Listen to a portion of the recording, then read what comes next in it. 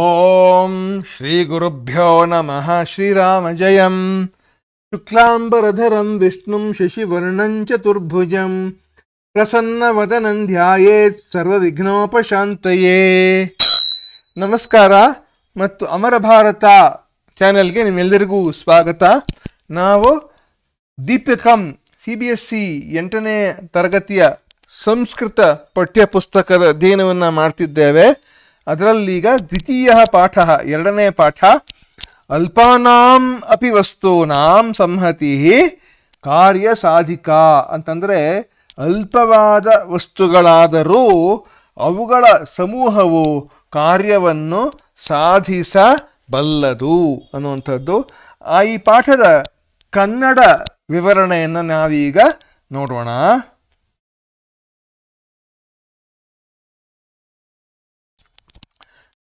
ಕಾನಿಚನ ಮಿತ್ರಾಣಿ ಅಂದರೆ ಕೆಲವು ಸ್ನೇಹಿತರು ವಿದ್ಯಾಲಯಸ್ಯ ಗ್ರೀಷ್ಮ ಅವಕಾಶೆ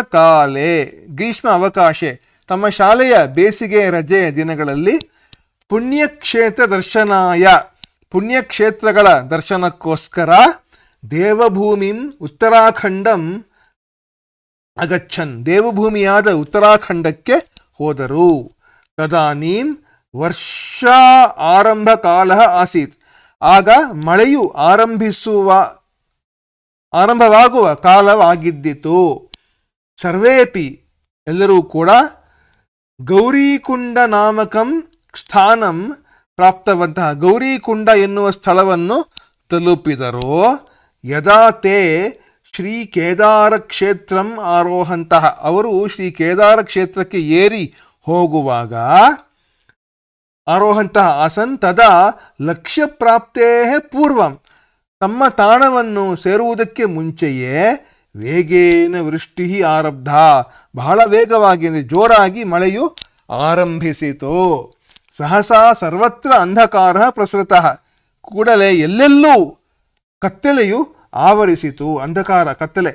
ನದ್ಯಾ ತೀವ್ರ ಜಲ ವೇಗೇನ ಸೇತು ಭಗ್ನಃ ನದಿಯ ರಭಸವಾದ ಹರಿಯುವಿಕೆಯಿಂದ ಸೇತುವೆಯು ಒಡೆದು ಹೋಯಿತು. ಪರ್ವತಸ್ಖಲನಂ ಸಂಜಾತಂ ಪರ್ವತ ಕುಸಿತವು ಅಂದರೆ ಭೂಕುಸಿತವು ಆಯಿತು. ಸರ್ವೇಪಿ ಉಚ್ಚಸ್ವರೇಣ ಅಕ್ರಂದನ್ ಎಲ್ಲರೂ ಜೋರಾಗಿ ಅಳುತ್ತಾ ಈಶ್ವರಂ ಪ್ರಾರ್ಥೆಯಂತಹ ಈಶ್ವರನ ಪ್ರಾರ್ಥನೆಯನ್ನು ಮಾಡಿದರು. ಏನು ಮಾಡಿದ್ರು? ಹೇ ಭಗವನ್, ಎಲೈ ಭಗವಂತನೇ, ರಕ್ಷ ಅಸ್ಮಾನ್ ರಕ್ಷಿಸು, ನಮ್ಮನ್ನು ರಕ್ಷಿಸು ಇತಿ ಎಂದು.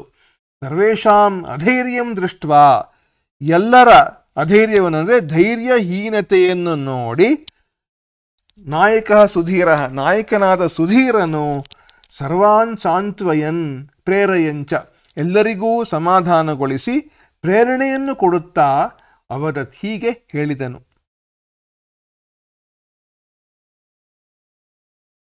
ನಾಯಕ ಸುಧೀರ, ಐಭೋಹ ಮಿತ್ರಾಣಿ ಎಲೆ ಸ್ನೇಹಿತರೆ, ಅಸ್ಮಿನ್ ವಿಪತ್ ಕಾಲೇ ಈ ಆಪತ್ ಕಾಲದಲ್ಲಿ ವಯಂ ಧೈರ್ಯಂ ಅವಲಂಬ್ಯ ಕಂ ಅಪಿ ಉಪಾಯಂ ಚಿಂತೆಯಾಮಹ ನಾವು ಧೈರ್ಯವನ್ನು ಅವಲಂಬಿಸಿ ಧೈರ್ಯವನ್ನು ತೆಗೆದುಕೊಂಡು ಧೈರ್ಯವನ್ನು ಬಿಡದೆ ಯಾವುದಾದರೂ ಒಂದು ಉಪಾಯವನ್ನು ಚಿಂತಿಸೋಣ. ದಿನೇಶ ಹೇಳ್ತೇನೆ, ಸವಿಷಾದಂ ದುಃಖದೊಂದಿಗೆ, ಅರೇ ಭ್ರಾತರಃ ಅರೇ ಸಹೋದರ, ಕಿಂ ವದಸಿ ನೀನು ಹೇಳುವುದೇನು, ನೀನೇನು ಹೇಳ್ತಿದ್ಯಪ್ಪ? ಅಸ್ಮಾಕಂ ಮೃತ್ಯು ಏವ ಸನ್ನಿಕಟೆ ಅಸ್ತಿ ನಮ್ಮ ಸಾವೇ ಇನ್ನು ಸನ್ನಿಹಿತವಾಗಿದೆ, ನಮಗೆ ಸಾವೇ ಸಮೀಪದಲ್ಲಿ ಇದೆಯಲ್ಲಪ್ಪ ಇವಾಗ, ಏನು ಹೇಳ್ತಿದ್ಯಾ ನೀನು? ಏವಂ ಚೇತ್ ಹೀಗಿರುವಾಗ ಕಥಂ ಉಪಾಯ ಚಿಂತನೀಯ ಉಪಾಯವನ್ನು ಹೇಗೆ ತಾನೇ ಚಿಂತಿಸುವುದು ಅಂತ ದಿನೇಶ ಕೇಳ್ತಾನೆ. ಆವಾಗ ನಾಯಕ ಹೇಳ್ತಾನೆ, ಮಿತ್ರ ಎಲೈ ಮಿತ್ರನೇ, ವಿಷಾದಂ ಮಾಕುರು ದುಃಖಿಸಬೇಡ, ದುಃಖ ಪಡಬೇಡಪ್ಪ. ಯದಾ ವೃಷ್ಟಿ ಶಾಂತ ಯಾವಾಗ ಮಳೆಯು ಶಾಂತವಾಗುವುದೋ, ವಾತಾವರಣಂ ಚ ಸ್ವಚ್ಛಂ ಭವಿಷ್ಯತಿ ವಾತಾವರಣವು ಸ್ವಚ್ಛವಾಗುವುದೋ, ತದಾ ವಯಂ ಸಂಭೂಯ ಸೇತುಂ ಮಾರ್ಗಂ ಚ ನಿರ್ಮಾಯ ಆಗ ನಾವೆಲ್ಲರೂ ಒಟ್ಟಿಗೆ ಸೇರಿ ಸೇತುವೆಯನ್ನು ಮಾರ್ಗವನ್ನು ನಿರ್ಮಿಸಿ ಪುನಃ ಸ್ವಲಕ್ಷ್ಯಂ ಪ್ರತಿ ಗಮಿಷ್ಯಾಮಃ, ಮತ್ತೆ ನಾವು ನಮ್ಮ ಗುರಿಯ ಕಡೆಗೆ ಹೋಗೋಣ ಅಂಥೇಳಿ ಆ ನಾಯಕ ಹೇಳ್ತಾನೆ. ಮುಂದಕ್ಕೆ ಸುರೇಶ ಹೇಳ್ತಾನೆ, ಏತಸ್ಯಾಂ ಸ್ಥಿತೌ, ಈ ವಿಷಮ ಸ್ಥಿತಿಯಲ್ಲಿ ವಯಂ ಕಿಮೇತತ್ ಅತ್ಯಂತಂ ದುಸ್ಸಾಧ್ಯಂ, ನಾವು ಇಷ್ಟೊಂದು ಕಷ್ಟ ಸಾಧ್ಯವಾದ ಅಸಂಭವಂ ಚ ಕಾರ್ಯಂ ಕರ್ತುಂ ಶಕ್ನುಮಃ, ಅಸಂಭವವಾದ ಅಂದರೆ ಸಾಧ್ಯವೇ ಇಲ್ಲದ ಕಾರ್ಯವನ್ನು ಮಾಡುವುದಕ್ಕೆ ಸಾಧ್ಯವೇ ಅಂತ ಸುರೇಶ ಕೇಳ್ತಾನೆ. ನಾಯಕ ಹೇಳ್ತಾನೆ, ಪ್ರಿಯ ಮಿತ್ರಾಣಿ, ಪ್ರೀತಿಯ ಸ್ನೇಹಿತರೆ, ವಯಂ ಆತ್ಮವಿಶ್ವಾಸ ಬಲೇನ, ನಾವು ನಮ್ಮ ಆತ್ಮವಿಶ್ವಾಸದ ಬಲದಿಂದ ಇದಂ ಅಸಂಭವಂ ಅಪಿ ಕಾರ್ಯಂ, ಈ ಅಸಂಭವವಾದ ಕೆಲಸವನ್ನು ಸಹ ಸಂಭೂಯ, ಒಟ್ಟಿಗೆ ಸೇರಿ ಅವಶ್ಯಂ ಸಾಧಯಿತುಂ ಶಕ್ನುಮಃ, ಅವಶ್ಯಕವಾಗಿ ಸಾಧಿಸಲು ಸಾಧ್ಯವಿದೆ. ತೇನ ಅಸ್ಮಾಕಂ ಲಕ್ಷ್ಯ ಪ್ರಾಪ್ತಿ, ಅದರಿಂದ ನಮ್ಮ ಗುರಿಯ ಪ್ರಾಪ್ತಿಯು ಪ್ರಾಣರಕ್ಷಾ ಚ ಅಪಿ, ಪ್ರಾಣರಕ್ಷೆಯೂ ಭವಿಷ್ಯತಿ ಆಗುತ್ತವೆ. ಕಪಿಲಃ ಕಿಂ ಇದಂ ಸಂಭವತಿ, ಕಪಿಲ ಹೇಳ್ತಾನೆ, ಏನಿದು ಸಂಭವವೇ, ಇಸ್ ಇಟ್ ಪಾಸಿಬಲ್, ಸಾಧ್ಯನೇನಪ್ಪ? ನಾಯಕ ಹೇಳ್ತಾನೆ, ನೂನಂ ಸಂಭವತಿ ಮಿತ್ರ, ಖಂಡಿತವಾಗಿ ಸಂಭವವು ಎಲೈ ಸ್ನೇಹಿತನೇ. ಅಸ್ಮಿನ್ ಪ್ರಸಂಗೆ ಅಹಂ ಹಿತೋಪದೇಶಸ್ಯ ಏಕಾಂ ಕಥಾಂ ಶ್ರಾವಯಾಮಿ, ಈ ಪ್ರಸಂಗದಲ್ಲಿ ನಾನು ಹಿತೋಪದೇಶದ ಒಂದು ಕಥೆಯನ್ನು ನಿರೂಪಿಸುತ್ತೇನೆ, ನಿಮಗೆ ಕೇಳಿಸುತ್ತೇನೆ ಅಂತ ಹೇಳಿ ನಾಯಕ ಹೇಳ್ತಾನೆ. ಆವಾಗ ಸರ್ವೇಪಿ, ಎಲ್ಲರೂ ಉತ್ಕಂಠ್ಯ, ಜೋರಾಗಿ, ಕಾ ಕಥಾ, ಕಥೆಯೇ, ಯಾವ ಕಥೆ? ವದ ಮಿತ್ರ, ಹೇಳು ಸ್ನೇಹಿತನೇ, ವದ, ಹೇಳು. ನಾಯಕ ಹೇಳ್ತಾನೆ, ಸಾವಧಾನಂ ಶೃಣ್ವಂತು, ಸಾವಧಾನವಾಗಿ ಕೇಳಿರಿ, ಗಮನವಿಟ್ಟು ಕೇಳಿರಿ. ನೀವು ಕೂಡ ಈ ಹಿತೋಪದೇಶದ ಕಥೆಯನ್ನ ಗಮನವಿಟ್ಟು ಕೇಳುತ್ತೀರಿ ಅಂತ ನಾನು ನಂಬಿದ್ದೇನೆ. ಮುಂದಕ್ಕೆ ಹೋಗೋಣ. ಈಗ ಪಾಠಕ್ಕೆ ಹೋಗೋಣ.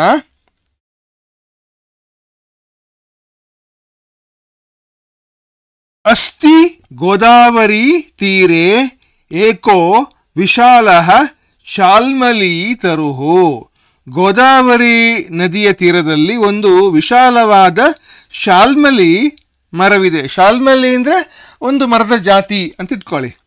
ತತ್ರ ಪ್ರತಿದಿನಂ ದೂರ ದೇಶಾತ್, ಅಲ್ಲಿಗೆ ಪ್ರತಿನಿತ್ಯ ದೂರ ದೇಶದಿಂದ ಪಕ್ಷಿಣಃ ಆಗತ್ಯ ನಿವಸಂತಿ ಸ್ಮ, ಹಕ್ಕಿಗಳು ಬಂದು ವಾಸಿಸುತ್ತಿದ್ದವು. ಅಥ ಕದಾಚಿತ್, ಒಮ್ಮೆ, ತತ್ರ ಕಶ್ಚಿತ್ ವ್ಯಾಧಃ ತಂಡುಲ ಕಣಾನ್ ವಿಕೀರ್ಯ, ಒಮ್ಮೆ ಒಬ್ಬ ಬೇಟೆಗಾರನು, ವ್ಯಾಧ ಅಂದರೆ ಬೇಟೆಗಾರ, ಬೇಟೆಗಾರನು ಅಕ್ಕಿಯ ಕಾಳುಗಳನ್ನು ಚದುರಿಸಿ, ತಂಡುಲ ಕಣ ಅಂತಂದರೆ ಅಕ್ಕಿಯ ಕಾಳು, ಅಕ್ಕಿಯ ಕಾಳುಗಳನ್ನು ವಿಕೀರ್ಯ ಚದುರಿಸಿ, ಜಾಲಂ ವಿಸ್ತೀರ್ಯ, ಒಂದು ಬಲೆಯನ್ನು ಬೀಸಿ, ಪ್ರಚ್ಛನ್ನೋ ಭೂತ್ವ ಸ್ಥಿತಃ, ಮರೆಯಲ್ಲಿ ಗುಟ್ಟಾಗಿ ನಿಂತಿದ್ದನು. ತಸ್ಮಿನ್ ಏವ ಕಾಲೇ, ಅದೇ ಸಮಯದಲ್ಲಿ, ಚಿತ್ರಗ್ರೀವನಾಮ ಕಪೋತ ರಾಜ, ಅದೇ ಸಮಯದಲ್ಲಿ ಚಿತ್ರಗ್ರೀವನೆಂಬ ಪಾರಿವಾಳಗಳ ರಾಜನು ಸಪರಿವಾರ, ತನ್ನ ಪರಿವಾರದೊಂದಿಗೆ, ಅನೇಕ ಪಾರಿವಾಳಗಳೊಂದಿಗೆ ಆಕಾಶ ಮಾರ್ಗೆ ಗಚ್ಚತಿ ಸ್ಮ, ಆಕಾಶ ಮಾರ್ಗದಲ್ಲಿ ಹೋಗುತ್ತಿದ್ದನು ಅಂದರೆ ಹಾರುತ್ತಿದ್ದನು. ಇಡೀ ಪರಿವಾರ ಆಕಾಶ ಮಾರ್ಗದಲ್ಲಿ ಹಾರುತ್ತಿತ್ತು. ಕೇಚನ ಕಪೋತಾಹ, ಕೆಲವು ಪಾರಿವಾಳಗಳು ವನ ಮಧ್ಯೆ ತಂಡುಲ ಕಣಾನ್ ಅವಲೋಕ್ಯ, ಕಾಡಿನ ಮಧ್ಯದಲ್ಲಿದ್ದ ಅಕ್ಕಿಯ ಕಾಳುಗಳನ್ನು ನೋಡಿ, ಲೋಭಾಕೃಷ್ಟಾಹ ಅಭವನ್, ಲೋಭಕ್ಕೆ ಒಳಪಟ್ಟವು ಅಂದರೆ ಆಸೆಗೆ, ಪ್ರಾಯಶಃ ದುರಾಸೆ ಅಂತಲೇ ಹೇಳ್ಬೋದು, ದುರಾಸೆಗೆ ಒಳಪಟ್ಟವು. ಮುಂದಕ್ಕೆ, ತಥೋ ಚಿತ್ರಗ್ರೀವ ತಂಡುಲ ಕಣ ಲುಬ್ಧಾನ್ ಕಪೋತಾನ್ ಅವದತ್, ಆಗ ಚಿತ್ರಗ್ರೀವನು ಆ ಅಕ್ಕಿ ಕಾಳುಗಳ ಲೋಭಕ್ಕೆ ಒಳಪಟ್ಟ ಪಾರಿವಾಳಗಳಿಗೆ ಹೀಗೆ ಹೇಳಿದನು, ಕುತೋ ಅತ್ರ ನಿರ್ಜನೇ ವನೆ ತಂಡುಲ ಕಣಾನಾಂ ಸಂಭವಃ ತನ್ನಿರೂಪ್ಯತಾಂ, ಕುತಃ ಅತ್ರ ನಿರ್ಜನೇ ವನೆ, ಇಲ್ಲಿನ ನಿರ್ಜನವಾದ ಕಾಳಿನಲ್ಲಿ ಹೇಗೆ ಅಕ್ಕಿಯ ಕಾಳುಗಳು ಇರುವವು? ಇದರ ಸಂಭವತೆ ಏನು, ಇದರ ಪಾಸಿಬಿಲಿಟಿ ಏನಿದೆಯಪ್ಪ ಅಂತ ಹೇಳಿ ತದ್ ನಿರೂಪ್ಯತಾಂ, ಇದು ಎನ್ನುವುದನ್ನು ತಿಳಿಸಿರಿ, ಇದು ಸಂಭವವೇ ಅಲ್ಲ ಅಂತ ಹೇಳಿ ಆ ಚಿತ್ರಗ್ರೀವ ಹೇಳ್ತಾನೆ. ಕಶ್ಚಿದ್ ವ್ಯಾಧ ಅತ್ರ ಭವೇತ್, ಯಾವನೋ ಒಬ್ಬ ಬೇಟೆಗಾರನು ಇಲ್ಲಿ ಇರಲೇಬೇಕು, ಇಲ್ಲಿರ್ಬೇಕಿಲ್ಲಿ. ಸರ್ವಥಾ ಅವಿಚಾರಿತಂ ಕರ್ಮ ನ ಕರ್ತವ್ಯಂ, ಯಾವ ಒಂದು ವಿಚಾರವನ್ನೂ ಮಾಡದೆ ಕೆಲಸವನ್ನು ಮಾಡಬಾರದು ಎಂದು ಹೇಳ್ದ ಚಿತ್ರಗ್ರೀವ. ಏತದ್ ವಚನಂ ಶ್ರುತ್ವಾ, ಈ ಮಾತನ್ನು ಕೇಳಿ ಕಶ್ಚಿತ್ ಕಪೋತಃ, ಯಾವುದೋ ಒಂದು ಪಾರಿವಾಳವು, ಅಂದ್ರೆ ಅವರ ಗುಂಪಿನಲ್ಲಿದ್ದಂತಹ ಪಾರಿವಾಳ ಏನ್ ಮಾಡ್ತು ಅಂತಂದ್ರೆ ಸದರ್ಪಂ, ದರ್ಪದಿಂದ ಗರ್ವದಿಂದ ಅವರದ್ದು ಹೇಳಿತು. ಆಹಾ ಕಿಮರ್ಥಂ ಏವ ಮುಚ್ಯತೆ, ಆಹಾ ಏಕೆ ಹೀಗೆ ಮಾತು, ಏಕೆ ಈ ಥರದ ಮಾತನ್ನ ಈ ಚಿತ್ರಗ್ರೀವ ಆಡ್ತಿದ್ದಾನೆ ಅನ್ನೋ ಮಾತನ್ನ ಆ ಒಂದು ಪಾರಿವಾಳ ಹೇಳ್ತು. ಮುಂದಕ್ಕೆ ವೃದ್ಧಾನಾಂ ವಚನಂ ಗ್ರಾಹ್ಯಮಾಪತ್ಕಾಲೇ ಹ್ಯುಪಸ್ಥಿತೆ ಸರ್ವತ್ರೈವಂ ವಿಚಾರೇತು ಭೋಜನೇಪ್ಯಪ್ರವರ್ತನಂ. ವೃದ್ಧಾನಾಂ ವಚನಂ ಗ್ರಾಹ್ಯಮಾಪತ್ಕಾಲೇ ಹ್ಯುಪಸ್ಥಿತೆ ಸರ್ವತ್ರೈವಂ ವಿಚಾರೇತು ಭೋಜನೇಪ್ಯಪ್ರವರ್ತನಂ. ಪದಚ್ಛೇದ ಪದವಿಭಾಗ. ವೃದ್ಧಾನಾಂ ವಚನಂ ಗ್ರಾಹ್ಯಂ ಆಪತ್ಕಾಲೇ ಹಿ ಉಪಸ್ಥಿತೆ ಸರ್ವತ್ರ ಏವಂ ವಿಚಾರೇತು ಭೋಜನೆ ಅಪಿ ಅಪ್ರವರ್ತನಂ. ಅನ್ವಯ ಅಂದರೆ ಗದ್ಯಕ್ರಮ ಹೀಗಿದೆ. ಆಪತ್ಕಾಲೇ ಉಪಸ್ಥಿತೇ ವೃದ್ಧಾನಾಂ ವಚನಂ ಗ್ರಾಹ್ಯಂ ಸರ್ವತ್ರ ಏವಂ ವಿಚಾರೇತು ಭೋಜನೆ ಅಪಿ ಅಪ್ರವರ್ತನಂ ಸ್ಯಾತ್ ಅಂತ ಹೇಳಿ. ಏನಿದೆ ಪ್ರತಿಪದಾರ್ಥಗಳನ್ನ ನೋಡೋಣ. ವೃದ್ಧಾನಾಂ ಅಂದ್ರೆ ಹಿರಿಯರ, ವೃದ್ಧರ, ಅನುಭವಸ್ಥರ. ವಚನಂ ಮಾತುಗಳನ್ನು, ಗ್ರಾಹ್ಯಂ ಗ್ರಹಿಸತಕ್ಕವುಗಳು, ಅವುಗಳನ್ನು ಪಾಲಿಸಬೇಕು. ಆಪತ್ಕಾಲೆ ಆಪತ್ತಿನ ಕಾಲದಲ್ಲಿ ಅಂದರೆ ಸಂಕಷ್ಟ ಕಾಲದಲ್ಲಿ, ಹಿ ನಿಜವಾಗಿ, ಉಪಸ್ಥಿತೆ ಎದುರಾದಾಗ, ಸರ್ವತ್ರ ಎಲ್ಲ ಕಾರ್ಯಗಳಲ್ಲಿಯೂ, ಏವಂ ಹೀಗೆ, ವಿಚಾರ ಮಾಡಿ, ತು ನಿಜವಾಗಿ, ಭೋಜನೆ ಅಪಿ ಆಹಾರದ ವಿಷಯದಲ್ಲಿಯೂ ಸಹ ಅಪ್ರವರ್ತನಂ ಪ್ರವರ್ತಿಸಬಾರದು. ಈ ಶ್ಲೋಕದ ಭಾವಾರ್ಥ ಏನು ಅಂತ ನೋಡೋಣ. ಹಿರಿಯರ ಅಂದ್ರೆ ಅನುಭವಸ್ಥರ ಮಾತುಗಳನ್ನು ಕೇಳಬೇಕು, ಒಪ್ಪಿಕೊಂಡು ಪಾಲಿಸಬೇಕು. ವಿಶೇಷವಾಗಿ ಆಪತ್ತುಗಳು ಅಂದರೆ ಅಪಾಯಗಳು ಒದಗಿ ಬಂದಾಗ, ಹೀಗೆ ಎಲ್ಲ ಕಾರ್ಯಗಳಲ್ಲಿಯೂ ಸರಿಯಾಗಿ ವಿಚಾರ ಮಾಡಿ, ಅಂದರೆ ಸರಿಯಾಗಿ ಆಲೋಚಿಸಿ ಆ ಕೆಲಸಗಳಿಗೆ ಮುಂದಾಗಬೇಕು. ಆಹಾರವು ಉಪಲಬ್ಧವಿರುವಾಗಲೂ ಸಹ ಅದನ್ನು ತ್ಯಜಿಸಬೇಕು, ಅಂದರೆ ಬಿಡಬೇಕು, ಹಿರಿಯರ ನಿರ್ದೇಶದಂತೆ. ಅಂದರೆ ಆಹಾರದ ಆಮಿಷಕ್ಕೂ ಕೂಡ ಆಪತ್ಕಾಲದಲ್ಲಿ ಒಳಪಡಬಾರದು ಅಂತ ಹೇಳಿ ಈ ಒಂದು ಶ್ಲೋಕದ ಅರ್ಥ. ಮುಂದಕ್ಕೆ ತಸ್ಯ ವಚನಂ ಶ್ರುತ್ವಾ, ಅವನ ಆ ಚಿತ್ರಗ್ರೀವನ ಮಾತುಗಳನ್ನು ಕೇಳಿ, ಚ ಅವಜ್ಞಾಂ ಕೃತ್ವ, ಆ ಚಿತ್ರಗ್ರೀವನನ್ನು ತಿರಸ್ಕರಿಸಿ, ಸರ್ವೇ ಕಪೋತಾಃ ಭೂಮೌ ಅವತೀರ್ಯ, ಎಲ್ಲ ಪಾರಿವಾಳಗಳು ಭೂಮಿಯ ಮೇಲೆ ಇಳಿದು, ತಂಡುಲಕಣಾನ್ ಭೋಕ್ತುಂ ಪ್ರವೃತ್ತಾಃ, ಅಕ್ಕಿಯ ಕಾಳುಗಳನ್ನು ತಿನ್ನಲು ಆರಂಭಿಸಿದವು. ಅನಂತರಂ ತೇ ಸರ್ವೇ ತೇನ ಜಾಲೇನ ಬದ್ಧಾಃ ಅಭವನ್, ನಂತರ ಎಲ್ಲ ಹಕ್ಕಿಗಳು ಆ ಬಲೆಯಲ್ಲಿ ಸಿಕ್ಕಿ ಹಾಕಿಕೊಂಡವು. ಯತೋ ತತಃ ಯಸ್ಯ ವಚನಾತ್ ಕಪೋತಾಃ ತತ್ರ ಬದ್ಧಾಃ ತಂ ಸರ್ವೇ ತಿರಸ್ಕುರ್ವಂತಿ ಸ್ಮ. ನಂತರ ಏನಾಯ್ತು, ಯಾರ ಮಾತಿನಿಂದ ಆ ಪಾರಿವಾಳಗಳೆಲ್ಲ ಬಂಧಿಸಲ್ಪಟ್ಟವೋ, ಒಂದು ಪಾರಿವಾಳ ಉದ್ದಟತನದಿಂದ ಗರ್ವದಿಂದ ಮಾತನಾಡ್ತಲ್ಲಪ್ಪ, ಆ ಪಾರಿವಾಳವನ್ನ ಎಲ್ಲರೂ ತಿರಸ್ಕರಿಸಿದರು, ಅಂದ್ರೆ ಧಿಕ್ಕರಿಸಿದರು ಅಂತ ಹೇಳ್ಬೋದು. ಇದಂ ದೃಷ್ಟ, ಇದನ್ನು ನೋಡಿ ಚಿತ್ರಗ್ರೀವ, ಅವರ ಚಿತ್ರಗ್ರೀವನು ಹೇಳಿದನು, ಅಯಂ ಅಸ್ಯ ದೋಷಃ ನ, ಅಯಂ ಅಸ್ಯ ದೋಷೋ ನ, ಇದು ಇವನ ದೋಷವಲ್ಲ, ಏನು ತಪ್ಪಲ್ಲಪ್ಪ ಇದು. ಅನಾಗತ ವಿಪತ್ತಿಂ ಕೋವಾ ಜ್ಞಾತುಂ ಸಮರ್ಥಃ, ಇನ್ನೂ ಬಂದೇ ಇಲ್ಲದ ಆಪತ್ತನ್ನು ಯಾರು ತಾನೇ ನಿರೀಕ್ಷಿಸಬಲ್ಲರು. ಅಂದರೆ ರಿಸ್ಕ್ ಅಂತ ಹೇಳ್ತೀವಲ್ಲ, ಅದನ್ನು ಯಾರು ನಿರೀಕ್ಷಿಸಬಲ್ಲರು? ಅತಃ ಅಸ್ಮಿನ್ ವಿಪತ್ಕಾಲೆ, ಆದ್ದರಿಂದ ಈ ಆಪತ್ತಿನ ತೊಂದರೆ ಕಾಲದಲ್ಲಿ ಅಸ್ಮಾಭಿಃ ಅಸ್ಯ ತಿರಸ್ಕಾರಂ ಅಕೃತ್ವ, ಇವನ ತಿರಸ್ಕಾರವನ್ನು ಬಿಟ್ಟು, ಅಂದರೆ ತಿರಸ್ಕಾರವನ್ನು ಮಾಡದೆ, ಕಶ್ಚನ ಉಪಾಯ ಚಿಂತನೀಯ, ಯಾವುದಾದರೊಂದು ಉಪಾಯವನ್ನು ಚಿಂತಿಸಬೇಕು, ಆಲೋಚಿಸಬೇಕು. ಯತೋ ಹಿ ವಿಪತ್ಕಾಲೆ ವಿಸ್ಮಯ ಏವ ಕಾಪುರುಷ ಲಕ್ಷಣಂ, ಏಕೆಂದರೆ ಆಪತ್ಕಾಲದಲ್ಲಿ ಒಬ್ಬ ಹೇಡಿಯ ಲಕ್ಷಣಗಳು ಆಶ್ಚರ್ಯಕರವಾಗಿವೆ, ಅಂದರೆ ಊಹೆಗೂ ಸಿಲುಕುವುದಿಲ್ಲ, ಊಹೆಗೂ ಸಿಲುಕವು. ಸತ್ಪುರುಷಾಣಾಂ ಲಕ್ಷಣಂತೂ, ಆದರೆ ಸಜ್ಜನರ ಲಕ್ಷಣಗಳು ಆದರೋ ಹೇಗಿರುತ್ತವೆ ಅಂತಂದರೆ ವಿಪದಿ ಧೈರ್ಯಮಥಾಭ್ಯುದಯೇ ಕ್ಷಮಾ ಸದಸಿ ವಾಕ್ಪಟುತಾಯುಧಿ ವಿಕ್ರಮಃ ಯಶಸಿ ಚಾಭಿರುಚಿರ್ವ್ಯಸನಂ ಶ್ರುತೌ ಪ್ರಕೃತಿ ಸಿದ್ಧಮಿದಂ ಹಿ ಮಹಾತ್ಮನಾಂ. ವಿಪದಿ ಧೈರ್ಯಮಥಾಭ್ಯುದಯೇ ಕ್ಷಮಾ ಸದಸಿ ವಾಕ್ಪಟುತಾಯುಧಿ ವಿಕ್ರಮಃ ಯಶಸಿ ಚಾಭಿರುಚಿರ್ವ್ಯಸನಂ ಶ್ರುತೌ ಪ್ರಕೃತಿ ಸಿದ್ಧಮಿದಂ ಹಿ ಮಹಾತ್ಮನಾಂ.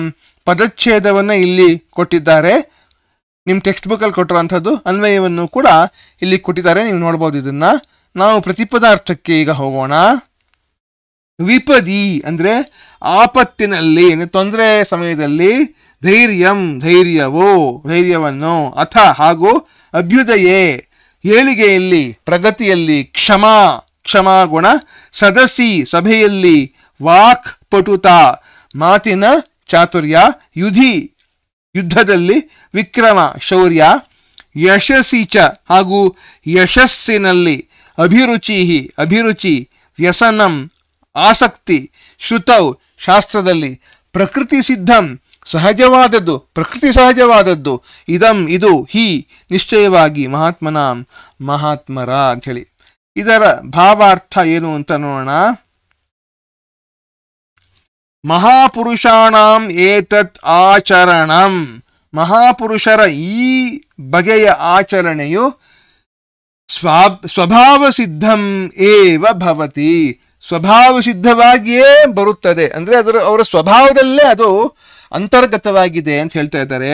ಯತ್ಕಿಮಪಿ ಭವೇತ್, ಏನಾದರೂ ಅಹಿತಕರವಾದದ್ದೇ ಆಗಲಿ ಆದರೂ ಕೂಡ, ತೇ ವಿಪತ್ಕಾಲೆ ಧೈರ್ಯಂ ಅವಲಂಬ್ಯ, ಅವರು ಆಪತ್ತಿನ ಕಾಲದಲ್ಲಿ ಧೈರ್ಯವನ್ನು ಅವಲಂಬಿಸಿ ಸಮಸ್ಯಾ ಪರಿಹಾರ ವಿಷಯೇ ಪ್ರಯತ್ನಂ ಕುರ್ವಂತಿ, ಸಮಸ್ಯೆಯ ಪರಿಹಾರಾರ್ಥವಾಗಿ, ಸಮಸ್ಯೆ ಬಗೆಹರಿಯುವುದಕ್ಕೋಸ್ಕರ ಪ್ರಯತ್ನಿಸುತ್ತಾರೆ, ಪ್ರಯತ್ನವನ್ನು ಮಾಡ್ತಾರೆ.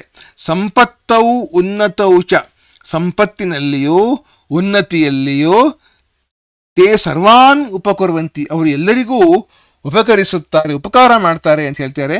ಸಭಾಯಾಂ ತೇ ಕೌಶಲೇನ ಭಾಷಣಂ ಕುರ್ವಂತಿ, ಸಭೆಗಳಲ್ಲಿ ಬಹಳ ಜಾಣತನದಿಂದ ಭಾಷಣ ಮಾಡುತ್ತಾರೆ, ಅಂದರೆ ಅವರು ವಾಕ್ಪಟುತ್ವವನ್ನು ಉಳ್ಳವರು, ಅಂದರೆ ಮಾತಿನ ಮಲ್ಲರು ಅಂತ ಹೇಳಿ ಅರ್ಥ. ಯುದ್ಧೇ ತೇ ಪರಾಕ್ರಮಂ ಶೌರ್ಯಂ ಚ ದರ್ಶಯಂತಿ, ಯುದ್ಧದಲ್ಲಿ ಪರಾಕ್ರಮವನ್ನು ಶೌರ್ಯವನ್ನು ಪ್ರದರ್ಶಿಸುತ್ತಾರೆ, ಹಾಗೆ ನಡ್ಕೊತಾರೆ ಅವರು ಅಂತ ಹೇಳಿ. ಯಶೋ ವಿಷಯೇತೆ ಅಭಿರುಚಿಂ ಪ್ರದರ್ಶಯಂತಿ, ಯಶಸ್ಸಿನ ವಿಷಯದಲ್ಲಿ ಅವರು ಅಭಿರುಚಿಯನ್ನು ತೋರಿಸುತ್ತಾರೆ. ಅಂದರೆ ಏನರ್ಥ, ಯಶಸ್ಸಿನ ದಾರಿಯಲ್ಲಿ ಪ್ರಯತ್ನಪೂರ್ವಕವಾಗಿ ಹೋಗುತ್ತಾರೆ, ಅಂದರೆ ಯಶಸ್ಸು ಅಂದರೆ ಸಕ್ಸಸ್ ಅಂತಂದರೆ ಅವರು ಏನೇ ಮಾಡಿದ್ರೂ ಕೂಡ ಯಶಸ್ಸನ್ನು ಪಡಿತಾರೆ ಅಂಥೇಳಿ. ಅಂದರೆ ಧರ್ಮದ ಮಾರ್ಗದಲ್ಲಿ ಹೋಗಿ ಯಶಸ್ಸು ಮಾಡೋದಕ್ಕೆ ಏನೇನು ಪ್ರಯತ್ನ ಮಾಡಬೇಕು ಅದನ್ನೆಲ್ಲ ಮಾಡ್ತಾರೆ. ಶಾಸ್ತ್ರ ವಿಷಯೇ ಚೈತೆ ಅನುರಾಗಂ ಪ್ರಕಟಯಂತಿ, ಶಾಸ್ತ್ರದ ವಿಷಯದಲ್ಲಿಯೂ ಅವರು ಹೆಚ್ಚಿನ ಆಸಕ್ತಿಯನ್ನು ತೋರಿಸುತ್ತಾರೆ, ಅವರಿಗೆ ಶಾಸ್ತ್ರದಲ್ಲೂ ಕೂಡ ಬಹಳ ಆಸಕ್ತಿ ಇದೆ ಅಂತ ಹೇಳ್ತಿದ್ದಾರೆ. ಮುಂದಕ್ಕೆ ಅತಃ ಅಧುನಾ ಅಸ್ಮಾಭಿಃ, ಆದ್ದರಿಂದ ಇಂದು ನಮ್ಮಗಳಿಂದ ಧೈರ್ಯಂ ಅವಲಂಬ್ಯ ಪ್ರತೀಕಾರ ಚಿಂತನೀಯಂ, ನಾವುಗಳ ಧೈರ್ಯವನ್ನು ಅವಲಂಬಿಸಿ ಸರಿಯಾದ ಪ್ರತಿಕ್ರಿಯೆಯನ್ನು, ಅಂದರೆ ಪ್ರತೀಕಾರ ಅಂದರೆ ಇದಕ್ಕೆ ಸರಿಯಾದ ಒಂದು ಪರಿಹಾರವನ್ನು ನಾವು ಆಲೋಚಿಸಬೇಕು. ಅಸ್ಮಾಭಿ ಧೈರ್ಯಂ ಅವಲಂಬ್ಯ ಅಂತ ಇದು ಪ್ಯಾಸಿವ್ ವಾಯ್ಸ್, ಅಂದರೆ ಕರ್ಮಣಿ ಪ್ರಯೋಗ. ಅದು ನಮ್ಮಗಳಿಂದ ಧೈರ್ಯವು ಅವಲಂಬಿಸಲ್ಪಟ್ಟು ಸರಿಯಾದ ಪ್ರತಿಕ್ರಿಯೆಯನ್ನು ಪ್ರತಿಕ್ರಿಯೆಯು ಆಲೋಚಿಸತಕ್ಕದ್ದು ಅಂಥೇಳಿ ಅರ್ಥ. ಸರಿಯಾದ ಪರಿಹಾರವು ಆಲೋಚಿಸತಕ್ಕದ್ದು ಅಂಥೇಳಿ. ಪ್ರಿಯ ಮಿತ್ರಾಣಿ, ಎಲೈ ಪ್ರೀತಿಯ ಸ್ನೇಹಿತರೆ, ಲಘೂನಾಂ ಅಪಿ ವಸ್ತೂನಾಂ ಸಂಹತಿ ಕಾರ್ಯಸಾಧಿಕಾ ಭವತಿ ಇತಿ ನೀತಿವಚನಂ ಲೋಕಸಿದ್ಧಂ. ಚಿಕ್ಕ ಚಿಕ್ಕ ವಸ್ತುಗಳಾದರೂ ಕೂಡ ಅವುಗಳ ಸಮೂಹವು ಕಾರ್ಯಗಳನ್ನು ಸಾಧಿಸಬಲ್ಲವು ಎನ್ನುವ ನೀತಿ ಮಾತು ಲೋಕ ಪ್ರಸಿದ್ಧವಾಗಿದೆ. ಅತಃ ಅಸ್ಮಾಭಿಃ ಸರ್ವೈಃ, ಆದ್ದರಿಂದ ನಮ್ಮೆಲ್ಲರಿಂದಲೂ ನಾವೆಲ್ಲರೂ ಕೂಡ ಏಕಚಿತ್ತೀಭೂಯ, ಒಮ್ಮನಸ್ಸಿನಿಂದ ಅಂದರೆ ಒಟ್ಟಿಗೆ ಒಂದೇ ಮನಸ್ಸನ್ನು ನಾವು ಹೊಂದಿ, ಜಾಲಂ ಆದಾಯ ಉಡ್ಡೀಯತಾಂ, ಈ ಬಲೆಯನ್ನು ತೆಗೆದುಕೊಂಡು ಹಾರಬೇಕು ನಾವು. ಏವಂ ವಿಚಾರ್ಯ, ಹೀಗೆ ವಿಚಾರ ಮಾಡಿ, ಸರ್ವೇ ಪಕ್ಷಿಣಃ, ಎಲ್ಲ ಪಕ್ಷಿಗಳು ಜಾಲಂ ಆದಾಯ ಉತ್ಪತಿತಾಹ, ಬಲೆಯನ್ನು ಹಿಡಿದು ಎತ್ತಿ ಮೇಲಕ್ಕೆ ಹಾರಿದವು. ಮುಂದಕ್ಕೆ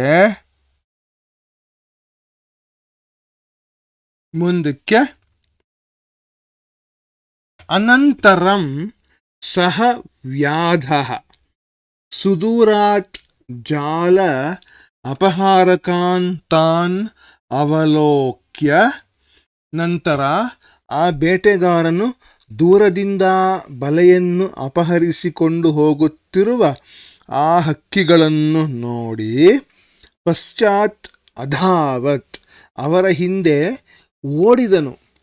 ಪರಂ, ಆದರೆ ತಸ್ಯ ದೃಷ್ಟಿಪಥಾತ್ ದೂರಂಗತೇಷು ಪಕ್ಷಿಷು ಸಹ ವ್ಯಾಧೋ ನಿವೃತ್ತಃ, ಅವನ ಕಣ್ಣಿನ ದೃಷ್ಟಿಯಿಂದ ಹಕ್ಕಿಗಳು ದೂರಕ್ಕೆ ಹೋದಾಗ ಅವನು ನಿಂತನು, ವಿರಮಿಸಿದನು. ಅಂದರೆ ಹಕ್ಕಿಗಳು ಎಷ್ಟು ದೂರ ಹೋದವು ಅಂತಂದರೆ ಅವನಿಗೆ ಕಾಣಿಸ್ಲೇ ಇಲ್ಲ ಹಕ್ಕಿಗಳು, ಆ ಥರ ಅಲ್ಲಿವರೆಗೂ ಅವನು ಓಡಿ ಹೋದ. ಆಮೇಲೆ ಅವನು ನಿಂತ್ಕೊಂಡ್ಬಿಟ್ಟ. ಅಥ ವ್ಯಾಧಂ ನಿವೃತ್ತಂ ದೃಷ್ಟ್ವಾ, ಆ ಬೇಟೆಗಾರನು ನಿಂತಿದ್ದನ್ನು ನೋಡಿ, ಕಪೋತಾಹ ಉಕ್ತವಂತಹ, ಆ ಪಾರಿವಾಳಗಳು ಹೇಳಿದವು, ಸ್ವಾಮಿನ್, ಎಲೈ ಸ್ವಾಮಿಯೇ, ಅಂದರೆ ಚಿತ್ರಗ್ರೀವನನ್ನು ಉದ್ದೇಶಿಸಿ ಹೇಳ್ತಾ ಇವೆ, ಕಿಂ ಇದಾನೀಂ ಕರ್ತುಂ ಉಚಿತಂ, ಈಗ ನಾವು ಏನನ್ನು ಮಾಡುವುದು ಸೂಕ್ತ, ನಾವಿವಾಗ ಏನು ಮಾಡಬೇಕು ಅಂಥೇಳಿ ಅವರು ಪಾರಿವಾಳಗಳೆಲ್ಲ ಚಿತ್ರಗ್ರೀವನನ್ನು ಕೇಳಿದ್ವು.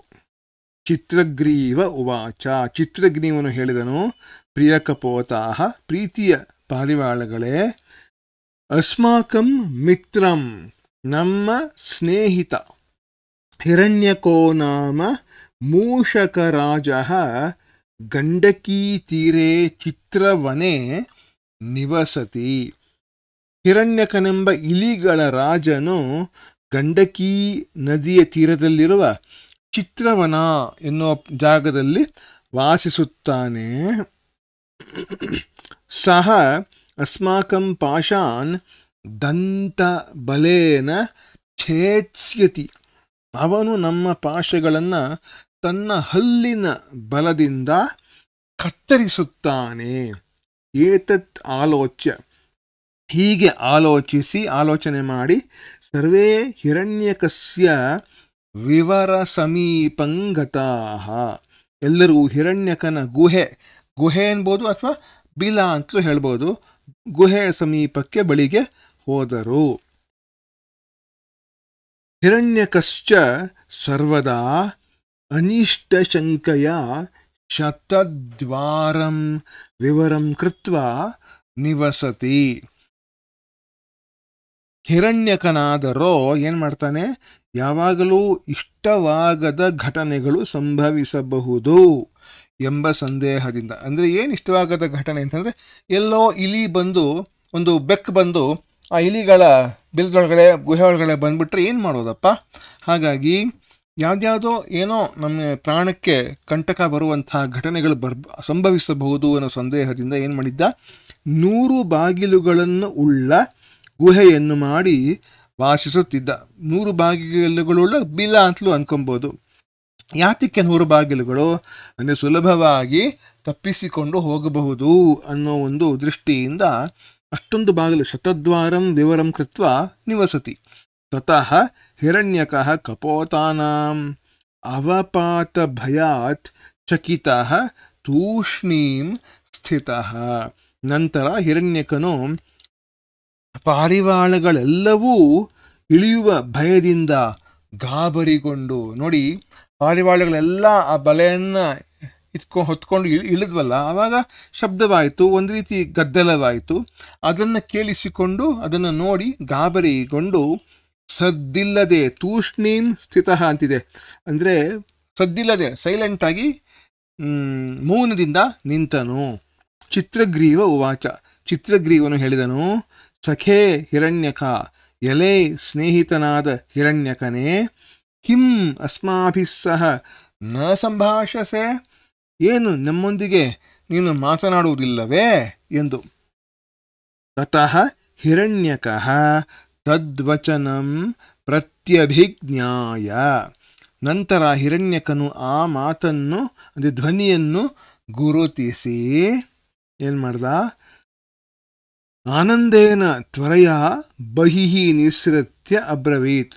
ಆನಂದದಿಂದ ಕೂಡಲೇ ಹೊರಗೆ ಬಂದು ಹೇಳಿದನು, ಆಹಾ ಪುಣ್ಯವಾನ್ ಅಸ್ಮಿ, ನಾನು ಪುಣ್ಯವಂತ. ಮಮ ಪ್ರಿಯ ಸುಹೃತ್ ಚಿತ್ರಗ್ರೀವ ಸಮಾಯಾತಃ, ನನ್ನ ಪ್ರೀತಿಯ ಸ್ನೇಹಿತನಾದ ಚಿತ್ರಗ್ರೀವನು ಆಗಮಿಸಿದ್ದಾನೆ ಎಂದು ಸಂತೋಷಗೊಂಡು ಈ ಥರ ಹೇಳಿತು ಆ ಒಂದು ಹಿರಣ್ಯಕ ಅನ್ನುವಂಥ ಇಲಿರಾಜ. ಮುಂದಕ್ಕೆ, ಪಾಶಬದ್ಧಾನ್ ಕಪೋತಾನ್ ದೃಷ್ಟ, ಪಾಶಕ್ಕೆ ಕಟ್ಟಿಕೊಂಡಿದ್ದ ಪಾರಿವಾಳಗಳನ್ನೆಲ್ಲ ನೋಡಿ, ಸವಿಸ್ಮಯಂ ಕ್ಷಣಂ ಸ್ಥಿತ್ವ, ಆಶ್ಚರ್ಯದಿಂದ ಹಿರಣ್ಯಕನು ಒಂದು ಕ್ಷಣ ನಿಂತು ಅವದತ್ ಹೇಳಿದನು, ಸಖೇ ಕಿಂ ಏತತ್, ಎಲೆಯ ಸ್ನೇಹಿತನೇ ಏನಿದು. ಚಿತ್ರಗ್ರೀವ ಅವದತ್, ಚಿತ್ರಗ್ರೀವನು ಹೇಳಿದನು, ಸಖೇ ಎಲೆಯ ಸ್ನೇಹಿತನೇ, ಏತತ್ ಅಸ್ಮಾಕಂ ವಿಚಾರಹೀನತಾಯಾ ಫಲಂ, ಇದು ನಮ್ಮೆಲ್ಲರ ವಿಚಾರವಿಲ್ಲದೇ ಇರುವುದರ ಫಲ, ಅಂದರೆ ಆಲೋಚಿಸದೆ ಮಾಡಿದ ಕೆಲಸದ ಫಲ ಎಂದು ಹೇಳ್ತಾನೆ. ತಚ್ಛ್ರುತ್ವ ಹಿರಣ್ಯಕಃ ಚಿತ್ರಗ್ರೀವಸ್ಯ ಬಂಧನಂ ಛೇತ್ತುಂ ಸತ್ವರಂ ಉಪಸರ್ಪತಿ. ಇದನ್ನು ಕೇಳಿ ಹಿರಣ್ಯಕನು ಚಿತ್ರಗ್ರೀವನ ಪಾಶವನ್ನು ಕತ್ತರಿಸಲು ಕೂಡಲೇ ಅವನ ಸಮೀಪಕ್ಕೆ ಬಂದನು. ತದಾ ಚಿತ್ರಗ್ರೀವ ವದತ್,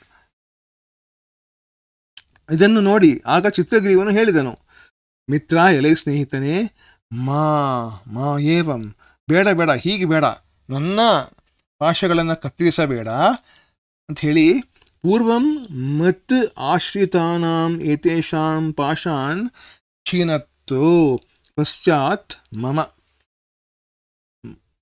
ಮೊದಲು ನನ್ನನ್ನು ಆಶ್ರಯಿಸಿರುವ ಇವರೆಲ್ಲರ ಪಾಶಗಳನ್ನು ಬಿಡಿಸು, ನಂತರ ನನ್ನದನ್ನು ಬಿಡಿಸು ಎಂದು ಚಿತ್ರಗ್ರೀವ ಹೇಳ್ತಾನೆ. ಏತತ್ ಆಕರ್ಣ್ಯ, ಇದನ್ನು ಕೇಳಿ ಹಿರಣ್ಯಕಃ ಪ್ರಹೃಷ್ಟಮನಾಹ, ಹಿರಣ್ಯಕನು ಹರ್ಷದ ಮನಸ್ಸಿನೊಂದಿಗೆ ಪುಲಕಿತಸ್ಸನ್, ರೋಮಾಂಚನಗೊಂಡು ಅಬ್ರವೀತ್, ಹೀಗೆ ಹೇಳಿದನು, ಸಾಧು ಮಿತ್ರ, ಸಾಧು, ಒಳ್ಳೆಯದು ಸ್ನೇಹಿತನೇ, ಒಳ್ಳೆಯದು. ಅನೇನ ಆಶ್ರಿತ ವಾತ್ಸಲ್ಯೇನ ತ್ವಂ ತ್ರೈಲೋಕ್ಯಸ್ಯ ಅಪಿ ಸ್ವಾಮಿತ್ವಂ ಪ್ರಾಪ್ತುಂ ಯೋಗ್ಯಃ ಅಸಿ. ಈ ಆಶ್ರಿತ ವಾತ್ಸಲ್ಯ ಗುಣದಿಂದ, ಅಂದರೆ ತನ್ನನ್ನು ಆಶ್ರಯಿಸಿದವರಲ್ಲಿ ವಾತ್ಸಲ್ಯವನ್ನು ಹೊಂದಿದ ಗುಣ, ಅಂದರೆ ಮಾತೃ ವಾತ್ಸಲ್ಯ, ತಾಯಿಯ ವಾತ್ಸಲ್ಯವನ್ನು ಹೊಂದಿದಂತಹ ಗುಣ ಯಾವುದಿತ್ತೋ ಈ ಚಿತ್ರಗ್ರೀವನದು, ಈ ಗುಣದಿಂದ ನೀನು 3 ಲೋಕಗಳ ಸ್ವಾಮಿತ್ವವನ್ನು, 3 ಲೋಕದ ಒಡೆತನವನ್ನು, ಒಡೆಯನಾಗುವಂತಹ ಒಂದು ಗುಣವನ್ನು ಸಹ ಪಡೆಯಲು ಅರ್ಹನಾಗಿದ್ದೀಯೇ. ನಂತರ ತತಃ ಹಿರಣ್ಯಕಃ ಸ್ವಮಿತ್ರೈಃ ಸಹ ಸರ್ವೇಷಾಂ ಕಪೋತಾನಾಂ ಬಂಧನಾನಿ ಖಿನತ್ತಿ ಸ್ಮ. ನಂತರ ಹಿರಣ್ಯಕನು ತನ್ನ ಸ್ನೇಹಿತರ ಜೊತೆಯಲ್ಲಿ ಎಲ್ಲ ಪಾರಿವಾಳಗಳ ಪಾಶಗಳನ್ನು ಕತ್ತರಿಸಿದನು, ಅಂದರೆ ಕಟ್ಟುಗಳನ್ನು ಬಿಡಿಸಿದನು. ನಂತರ ಏನಾಯಿತು? ಸರ್ವೇ ಕಪೋತಾಹ ಪಾಶವಿಮುಕ್ತಾಹ ಅಭವನ್. ಎಲ್ಲ ಪಾರಿವಾಳಗಳು ಪಾಶಗಳಿಂದ ಬಿಡಿಸಲ್ಪಟ್ಟವು. ಸಹರ್ಷಂ ಪುನಃ ಉಡ್ಡೀಯ. ಹರ್ಷಗೊಂಡು ಮತ್ತೆ ಹಾರಿ ಆಕಾಶ ಮಾರ್ಗೇಣ ಗಚ್ಚಂತ ಸರ್ವೇ ಕಪೋತಾಹ. ಆಕಾಶ ಮಾರ್ಗದಲ್ಲಿ ಹೋಗುತ್ತಾ ಎಲ್ಲ ಪಾರಿವಾಳಗಳು ರಾಜಾನಂ ಚಿತ್ರಗ್ರೀವಂ ಪ್ರಶಂಸಂತಿ. ತಮ್ಮ ರಾಜನಾದ ಚಿತ್ರಗ್ರೀವನನ್ನು ಪ್ರಶಂಸಿಸುತ್ತಾ ಭವತಃ ನೀತಿ ಶಿಕ್ಷೆಯ ನಾಯಕಧರ್ಮೇಣ ಚ ವಯಂ ಸರ್ವೇ ಸುರಕ್ಷಿತಾಃ. ನಿಮ್ಮ ನೀತಿ ಪಾಠದಿಂದ ಹಾಗೂ ನಾಯಕತ್ವ ಧರ್ಮದಿಂದ ನಾವೆಲ್ಲರೂ ಸುರಕ್ಷಿತರಾದೆವು. ಧನ್ಯಾಃ ವಯಂ, ನಾವೆಲ್ಲರೂ ಧನ್ಯರು ಎಂದವು. ಮುಂದಕ್ಕೆ ಕಥಾಂ ಶ್ರಾವಯಿತ್ವಾ ನಾಯಕ ಸರ್ವಾನ್ ಸಂಬೋಧಯತಿ. ಈಗ ನಾವು ಎಲ್ಲಿಗೆ ಬಂದ್ವಿ ಅಂತಂದರೆ, ಈ ಸುಧೀರ ಅನ್ನುವಂತಹ ಈ ಗುಂಪಿನ ನಾಯಕ, ಇವರ ತಂಡದ ನಾಯಕ ಇದುವರೆಗೂ ಈ ಹಿತೋಪದೇಶದ ಕಥೆಯನ್ನು ನಿರೂಪಿಸಿದ. ಅವರೆಲ್ಲರೂ ಕೂಡ ಉತ್ತರಾಖಂಡದ ಆ ಒಂದು ಜಾಗದಲ್ಲಿ ಮಳೆಗೆ ಮತ್ತು ಭೂಕುಸಿತ ಇವುಗಳನ್ನೆಲ್ಲ ಅನುಭವಿಸಿ, ಸೇತುವೆಯ ಕುಸಿತ ಇವೆಲ್ಲ ಅನುಭವಿಸಿ ಒಂದು ವಿಷಮ ಪರಿಸ್ಥಿತಿಯಲ್ಲಿದ್ದಾರೆ. ಅವರನ್ನು ಪ್ರೇರೇಪಿಸುವುದಕ್ಕೋಸ್ಕರ ಈ ಕಥೆಯನ್ನು ಹೇಳಿದ ಸುಧೀರ ಅಂತ ನೋಡಿದ್ವಿ. ಕಥೆಯನ್ನು ನಿರೂಪಿಸಿ ನಾಯಕನು ಎಲ್ಲರನ್ನೂ ಉದ್ದೇಶಿಸಿದನು. ಮಿತ್ರಾಣಿ, ಸ್ನೇಹಿತರೆ, ಆಪದ್ಗ್ರಸ್ತಾ ಕಪೋತಾಹ, ಆಪತ್ತಿಗೆ ಸಿಕ್ಕಿಕೊಂಡ ಪಾರಿವಾಳಗಳು ಬುದ್ಧಿ ಬಲೇನ ಸಂಘಟನ ಸಾಮರ್ಥ್ಯೇನ ಚ, ಬುದ್ಧಿಯ ಬಲದಿಂದಲೂ ಹಾಗೂ ಸಂಘಟನೆ ಸಾಮರ್ಥ್ಯದಿಂದ ಆತ್ಮರಕ್ಷಣಂ ಕೃತವಂತಹ, ತಮ್ಮ ಸ್ವಂತ ರಕ್ಷಣೆಯನ್ನು ಮಾಡಿಕೊಂಡವು. ತರ್ಹಿ ಕಿಮರ್ಥಂ ವಯಂ ಸಂಘಟಿತಾಃ ಭೂತ್ವಾ, ಹಾಗಾದರೆ ನಾವು ಏಕೆ ಸಂಘಟಿತರಾಗಿ ಆತ್ಮರಕ್ಷಣಂ ಕರ್ತುಂ ನ ಶಕ್ನುಮಃ, ಆತ್ಮರಕ್ಷಣೆಯನ್ನು ಮಾಡಲು ಆಗುವುದಿಲ್ಲ. ನಾವು ಕೂಡ ಆತ್ಮರಕ್ಷಣೆಯನ್ನು ಮಾಡ್ಕೊಬೋದಲ್ಲಪ್ಪ, ಸಂಘಟಿತರಾಗಿ ಆತ್ಮರಕ್ಷಣೆ ಮಾಡ್ಕೊಬೋದಲ್ವಾ, ಯಾಕಾಗಲ್ಲ ಅಂಥೇಳಿ ಸುಧೀರ ಕೇಳ್ತಾನೆ.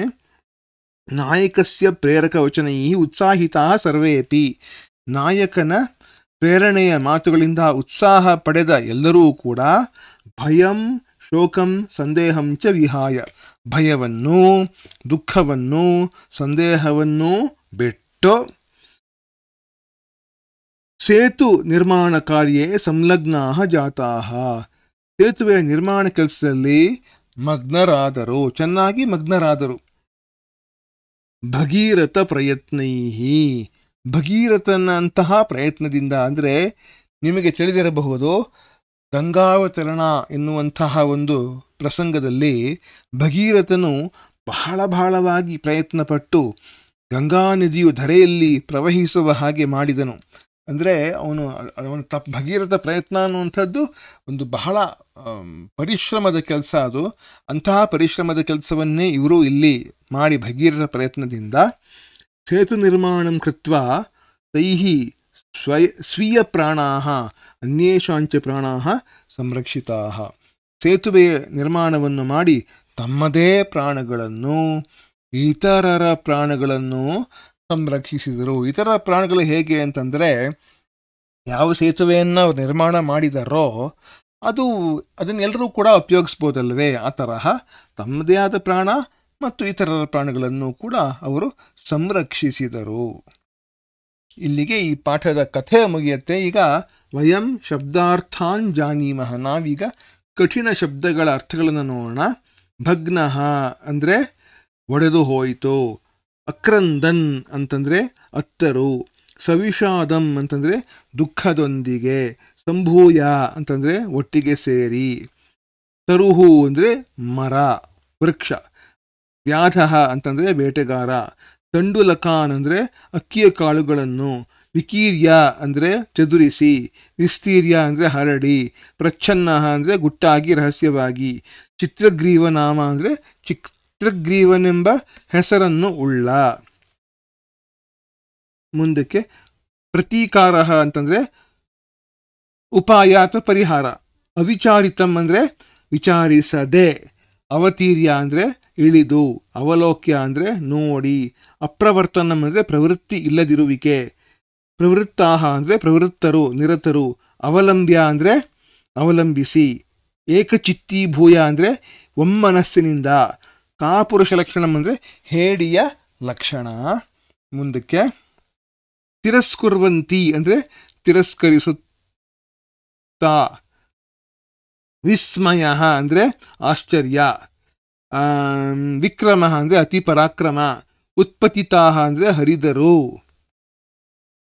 ಚಿಂತ್ಯತಾಂ ಅಂದರೆ ಚಿಂತಿಸತಕ್ಕದ್ದು, ಆಲೋಚ್ಯ ಅಂದರೆ ವಿಚಾರ ಮಾಡಿ, ಪಾಷಾನ್ ಅಂದರೆ ಪಾಶಗಳನ್ನು ಅಥವಾ ಕಟ್ಟುಗಳನ್ನು, ಪ್ರತ್ಯಭಿಜ್ಞಾಯ ಅಂತಂದರೆ ಗುರುತಿಸಿ, ತ್ವರಯ ಅಂದರೆ ಕೂಡಲೇ ಅಥವಾ ತಕ್ಷಣ ಅಂಥೇಳಿ ಅರ್ಥ. ಮುಂದಕ್ಕೆ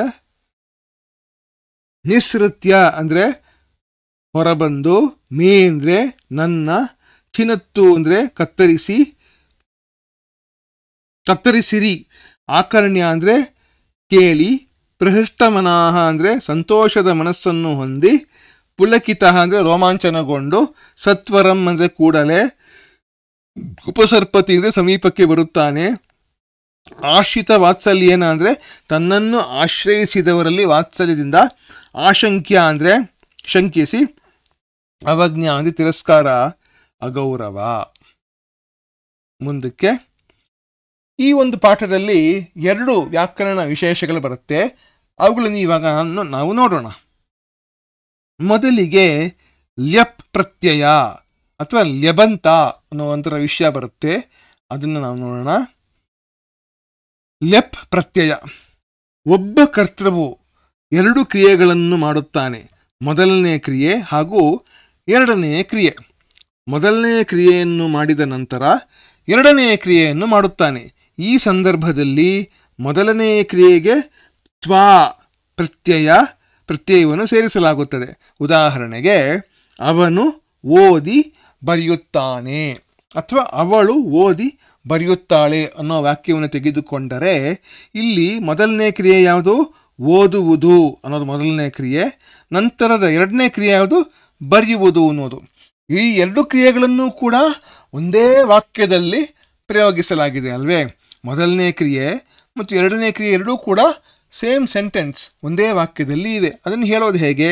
ಸಹ ಪಠಿತ್ವಾ ಲಿಖತಿ, ಅವನು ಓದಿ ಬರೆಯುತ್ತಾನೆ, ಅಥವಾ ಸಾ ಪಠಿತ್ವಾ ಲಿಖತಿ ಅಂದರೆ ಅವಳು ಓದಿ ಬರೆಯುತ್ತಾಳೆ. ಹೀಗಾಗಿ ಈ ಓದಿ ಅನ್ನೋ ಪದಕ್ಕೆ ಪಠಿತ್ವಾ ಅಂತ ನಾವು ಉಪಯೋಗಿಸೋದಕ್ಕೆ ತ್ವಾ ಪ್ರತ್ಯಯ ಅಂತ ಕರೀತಾರೆ. ಆದರೆ ಮೊದಲನೇ ಕ್ರಿಯಾಪದದ ಮುಂದೆ ಉಪಸರ್ಗ ಅಥವಾ ಪ್ರಿಫಿಕ್ಸ್ ಅಂತ ಏನು ಕರಿತೀವೋ ಅದು ಇದ್ದರೆ, ನಿಮಗೆ ತಿಳಿದಿರುವ ಹಾಗೆ ಸಂಸ್ಕೃತ ಭಾಷೆಯಲ್ಲಿ ಅನೇಕ ಉಪಸರ್ಗಗಳು ಪ್ರಿಫಿಕ್ಸ್ಗಳಿವೆ, ಪರ ಹೀಗೆ. ಆ ತ್ವಾ ಪ್ರತ್ಯಯ ಯಾವುದನ್ನು ನಾವು ಬಳಸ್ತೀವೋ ಅದರ ಬದಲಿಗೆ ಲ್ಯಪ್ ಎನ್ನುವ ಪ್ರತ್ಯಯವನ್ನು ಬಳಸಬೇಕು ಅನ್ನೋದು ಸಂಸ್ಕೃತ ವ್ಯಾಕರಣದ ನಿಯಮ. ತ್ವಾ ಹಾಗೂ ಲ್ಯಪ್ ಪ್ರತ್ಯಯಾಂತ ಪದಗಳು ಎರಡೂ ಕೂಡ ಅವ್ಯಯಗಳೇ ಮತ್ತು ಎರಡಕ್ಕೂ ಕೂಡ ಒಂದೇ ಅರ್ಥವಿರುವಂಥದ್ದು. ತ್ವಾ ಲ್ಯಪ್ ಒಂದೇ ಅರ್ಥ. ಇಲ್ಲಿ ತ್ವಾವನ್ನು ತೋರಿಸಿದ್ದೀನಿ ಮೊದಲನೇ ವಾಕ್ಯದಲ್ಲಿ, ಎರಡನೇ ವಾಕ್ಯದಲ್ಲಿ ಲ್ಯಪ್ ಅಂತ ತೋರಿಸಿದ್ದೇನೆ. ಚೋರಃ ಧನಂ ಹೃತ್ವಾ ಧಾವತಿ ಅಂತಂದರೆ ಕಳ್ಳನು ಹಣವನ್ನು ಕದ್ದು ಓಡ್ತಾನೆ ಅಂಥೇಳಿ. ಇಲ್ಲಿ ಯಾವ ಉಪಸರ್ಗವೂ ಇಲ್ಲ ಹೃಧಾತುವಿಗೆ, ಹಾಗಾಗಿ ತ್ವಾ ಪ್ರತ್ಯಯ ಬರುತ್ತೆ. ಆದರೆ ಅದೇ ಪದಕ್ಕೆ ಉಪಸರ್ಗ ಬಂದರೆ ಅಪಹೃತ್ಯ ಅಂತಾಗತ್ತೆ, ಅಪಹೃತ್ವಾ ಅಂತ ಆಗೋದಿಲ್ಲ. ಅಪಹೃತ್ಯ ಅಂದರೆ ಲ್ಯಪ್ ಪ್ರತ್ಯಯ ಅನ್ನೋದು ಬರುತ್ತೆ. ಇವಾಗ ಚೋರಃ ಧನಂ ಅಪಹೃತ್ಯ ಧಾವತಿ ಅಂದರೆ ಅದೇ ಅರ್ಥವೇ, ಕಳ್ಳನು ಹಣವನ್ನು ಅಪಹರಿಸಿ ಓಡ್ತಾನೆ ಅಂತ ಹೇಳಿ. ಮೊದಲನೇದು ಈ ಕೆಂಪಕ್ಷರದಲ್ಲಿ ಬರೆಯುವಂಥದ್ದು, ಆರೆಂಜಲ್ಲಿ ಬರೆದಿರುವಂಥದ್ದು ತ್ವಾ ಪ್ರತ್ಯಯ. ಈ ಹಸಿರಲ್ಲಿ ಬರೆದಿರುವಂಥದ್ದು ಲ್ಯಪ್. ಅದಕ್ಕೆ ಇನ್ನೊಂದು ಹೆಸರು ಲ್ಯಬಂತ ಪದಂ ಅಥವಾ ಲ್ಯಬಂತಂ ಅಂತ ಕರೀತಾರೆ ಈ ಪದಕ್ಕೆ. ಹಾಗಾಗಿ ಈ ಒಂದು ಅಧ್ಯಾಯದಲ್ಲಿ ಲ್ಯಪ್ ಪ್ರತ್ಯಯ ಅಥವಾ ಲ್ಯಬಂತ ಪದ ಅಥವಾ ಲ್ಯಬಂತ ಅನ್ನೋ ಪದದ ಪರಿಚಯವನ್ನು ಮಾಡಿಕೊಟ್ಟಿದ್ದಾರೆ. ಇನ್ನು ಕೆಲವು ಉದಾಹರಣೆಗಳನ್ನು ಇದರಲ್ಲಿ ಕೊಟ್ಟಿದ್ದಾರೆ, ನೋಡೋಣ. ಇಲ್ಲಿ ಆಗಚ್ಚತಿ ಈ ಒಂದು ಕಾಲಮಲ್ಲಿ ಮೊದಲನೇ ಕಾಲಮಲ್ಲಿ ಲಟ್ ಲಕಾರದ ಪ್ರಥಮ ಪುರುಷ ಏಕವಚನ ಪ್ರಯೋಗವನ್ನು ಕೊಟ್ಟಿದ್ದಾರೆ. ಎರಡನೇ ಕಾಲಮಲ್ಲಿ ಪ್ರಕೃತಿ ಪ್ರತ್ಯಯ ವಿಭಾಗವನ್ನು ಕೊಟ್ಟಿದ್ದಾರೆ. ಆಗಚ್ಚತಿ ಅಂದರೆ ಆ ಪ್ಲಸ್ ಗಮ್ ಪ್ಲಸ್ ಇವಾಗ ಲೆಪ್ಪನ್ನು ಸೇರಿಸಿದ್ರೆ ಏನು ಬರುತ್ತೆ? ಆಗತ್ಯ ಅಥವಾ ಆಗಮ್ಯ. ಮೂರನೇ ಕಾಲಮಲ್ಲಿ ಲ್ಯಬಂತ ರೂಪವನ್ನು ಕೊಟ್ಟಿದ್ದಾರೆ. ನಾಲ್ಕನೇ ಕಾಲಮಲ್ಲಿ ಇದರ ಅರ್ಥವನ್ನು ಸಂಸ್ಕೃತ ಭಾಷೆಯಲ್ಲಿ ಅರ್ಥವನ್ನು ಕೊಟ್ಟಿದ್ದಾರೆ. ಐದನೇ ಕಾಲಮಲ್ಲಿ ಒಂದು ಉದಾಹರಣೆಯನ್ನು ಕೊಟ್ಟಿದ್ದಾರೆ, ನೋಡೋಣ. ಛಾತ್ರ ವಿದ್ಯಾಲಯಂ ಆಗತ್ಯ ಸಂಸ್ಕೃತಂ ಪಠತಿ ಅಂತಂದರೆ ವಿದ್ಯಾರ್ಥಿಯು ವಿದ್ಯಾಲಯಕ್ಕೆ ಆಗಮಿಸಿ ಸಂಸ್ಕೃತವನ್ನು ಓದ್ತಾನೆ ಅಂಥೇಳಿ. ಎರಡನೇದು ಸಹ ಗ್ರಂಥಾಲಯಾತ್ ಗ್ರಂಥಂ ಆನೀಯ ಪಠತಿ, ಅವನು ಗ್ರಂಥಾಲಯದಿಂದ ಗ್ರಂಥವನ್ನು ತಂದು ಓದ್ತಾನೆ. ಸುರೇಶಃ ಪ್ರಾತಃ ಉತ್ಥಾಯ ಮಾತಾಪಿತರೌ ನಮತಿ, ಸುರೇಶನು ಬೆಳಿಗ್ಗೆ ಎದ್ದು ಮಾತಾಪಿತರರು ಅಂದರೆ ತಂದೆ ತಂದೆಗೆ ನಮಸ್ಕರಿಸ್ತಾನೆ. ಶಿಷ್ಯ ಗುರುಂ ಪ್ರಣಮ್ಯ ಗ್ರಂಥಂ ಪಠತಿ, ಶಿಷ್ಯನು ಗುರುಗಳಿಗೆ ನಮಸ್ಕರಿಸಿ ಗ್ರಂಥವನ್ನು ಓದ್ತಾನೆ. ಈ ಎಲ್ಲ ವಾಕ್ಯಗಳಲ್ಲೂ ಕೂಡ ಎರಡೆರಡು ಕ್ರಿಯೆಗಳಿದೆ ನೋಡಿ. ಒಂದು ಆಗಮಿಸಿ ಓದುವಂಥದ್ದು, ಆಗತ್ಯ ಪಠತಿ, ಆನೀಯ ಪಠತಿ, ಉತ್ಥಾಯ ನಮತಿ. ಒಂದೇ ವಾಕ್ಯದಲ್ಲಿ ಎರಡೆರಡು ಕ್ರಿಯಾಪದಗಳು, ಆಕ್ಷನ್ಗಳು, ಕ್ರಿಯೆಗಳು. ಸಜ್ಜನಃ ದುಃಖಿತ ಜನಾನ್ ಉಪಕೃತ್ಯ ಮೋದತೆ, ಸಜ್ಜನನು ದುಃಖಿತರಿಗೆ ಉಪಕಾರ ಮಾಡಿ ಅದರಲ್ಲಿ ಸಂತೋಷವನ್ನು ಪಡಿತಾನೆ. ಅಂದರೆ ಬೇರೆಯವರಿಗೆ ಉಪಕಾರ ಮಾಡುವುದರಲ್ಲೇ ಸಜ್ಜನರು ತಮ್ಮ ತೃಪ್ತಿಯನ್ನು ಸಂತೋಷವನ್ನು ಪಡಿತಾರೆ ಅಂತ ಇಲ್ಲಿ ಹೇಳ್ತಿರೋದು. ಅಧ್ಯಾಪಕ ಚಿತ್ರಂ ನಿರ್ದಿಶ್ಯ, ಅಧ್ಯಾಪಕರು ಚಿತ್ರವನ್ನು ನಿರ್ದೇಶಿಸಿ ಪಾಠಯತಿ ಹೇಳಿಕೊಡ್ತಾರೆ. ಛಾತ್ರ ಧ್ಯೇಯಂ ನಿಶ್ಚಿತ್ಯ ಅಧ್ಯಯನಂ ಕರೋತಿ, ವಿದ್ಯಾರ್ಥಿಯು ಧ್ಯೇಯವನ್ನು ನಿಶ್ಚಯ ಮಾಡಿ ಡಿಸೈಡ್ ಮಾಡಿ ಅಧ್ಯಯನವನ್ನು ಮಾಡ್ತಾನೆ. ಅಹಂ ಪುಸ್ತಕಂ ವಿಸ್ಮೃತ್ಯ ಆಗತವಾನ್, ನಾನು ಪುಸ್ತಕವನ್ನು ಮರೆತು ಬಂದಿದ್ದೇನೆ. ಮುಂದಕ್ಕೆ ಛಾತ್ರ ವ್ಯಾಕರಣೇನ ಭಾಷಾಂ ಪರಿಷ್ಕೃತ್ಯ ವದತಿ, ವಿದ್ಯಾರ್ಥಿಯು ವ್ಯಾಕರಣ ಸೂತ್ರಗಳ ಪ್ರಕಾರ ಭಾಷೆಯನ್ನು ಪರಿಷ್ಕರಿಸಿ ಅಂದರೆ ರಿವ್ಯೂ ಮಾಡಿ ಸ್ಕ್ರೂಟಿನೈಸ್ ಮಾಡಿ ಅದನ್ನು ವದತಿ ಹೇಳ್ತಾನೆ. ಮತ್ತು ಈ ಒಂದು ವಾಕ್ಯದಲ್ಲಿ ಈ ಆರಭ್ಯ ಅನ್ನುವಂಥ ಪದ ಕೆಂಪದವಾಗಿರಬೇಕಾಗಿತ್ತು, ಅದು ಯೋಗಾಸನ ನೀನು ಕೆಂಪದವನ್ನು ಮಾಡಿದ್ದಾರೆ. ಇದು ತಪ್ಪು, ಪ್ರಿಂಟಿಂಗ್ ಮಿಸ್ಟೇಕ್ ಇದು. ಶ್ವಃ ಆರಭ್ಯ ಅಹಂ ಯೋಗಾಸನಾನಿ ಕರಿಷ್ಯಾಮಿ, ನಾಳೆಯಿಂದ ಆರಂಭಿಸಿ ನಾನು ಯೋಗಾಸನಗಳನ್ನು ಮಾಡ್ತೇನೆ ಅಂಥೇಳಿ. ನೀವು ನಾಳೆಯಿಂದ ಅಲ್ಲ ಯೋಗಾಸನವನ್ನು ಮಾಡುವಂಥದ್ದು, ಇವತ್ತಿಂದಲೇ ನೀವು ಯೋಗಾಸನಗಳನ್ನು ಮಾಡುವಂಥದ್ದು ಆಗಿರಿ. ಮಾಡದೇ ಇದ್ದರೆ ಇದುವರೆಗೂ ಕೂಡ ಮಾಡ್ತಾ ಇದ್ದರೆ ಮುಂದುವರಿಸಿ, ಆದರೆ ಇವತ್ತೇ ನೀವು ಯೋಗಾಸನವನ್ನು ಮಾಡುವುದಕ್ಕೆ ಇನ್ನು ಮುಂದಕ್ಕೆ ಜೀವನ ಪರ್ಯಂತ ಎಷ್ಟೋ ಇನ್ನು 70, 90, 100 ವರ್ಷ ಮುಂದಕ್ಕೆ ಯೋಗಾಸನವನ್ನು ಪ್ರತಿನಿತ್ಯ ಮಾಡ್ತಾ ಇರಿ ಅಂತ ನಾನು ಆಶಿಸ್ತೇನೆ.